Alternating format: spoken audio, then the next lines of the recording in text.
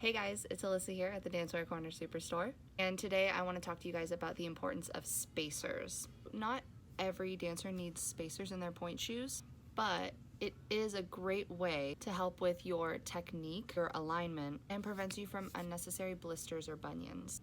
So let's talk about bunions. Common reason why dancers actually use spacers to begin with. Bunions usually happen on the edge of your metatarsal, whether it's on the big toe or your pinky toe. Using specific kinds of spacers actually can help reduce the growth of those bunions, relieve the pain, help with the misalignment in your foot, also prevent inflammation. Usually when you go to get a fitting, your fitter will recommend whether you need a spacer or not, looking at your feet, and offer anything from a wider spacer for bigger spaces, especially between the big toe and the second toe, or even smaller, thinner spacers that are more for your baby toes or even your pinky toe.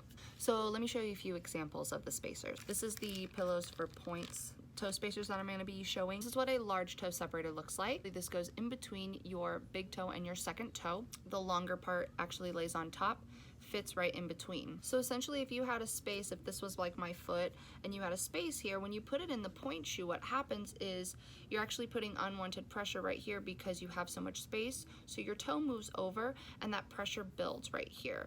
So essentially, when you're using that spacer, just like that, it aligns all of your toes, and then you're putting the even amount of pressure, so that way there's no extra pressure on your sides. Another option for those large toe separators is a hammer spacer.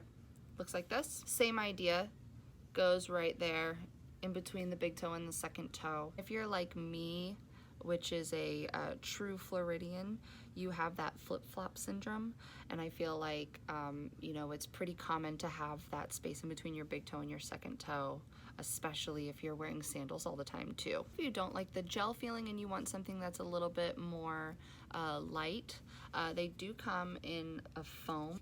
You see it. It's another great option, but it's really just dancer's preference at that point.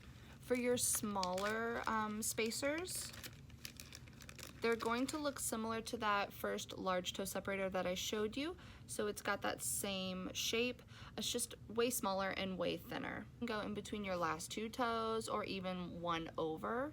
A lot of times if the toe does not lay straight or flat, it can actually cause friction and blisters and also the bunions on the sides of your metatarsal. So these kind of just help keep everything in line and secure. Before, spacers are not necessary for every dancer when they're on point. Use the spacers when you need them.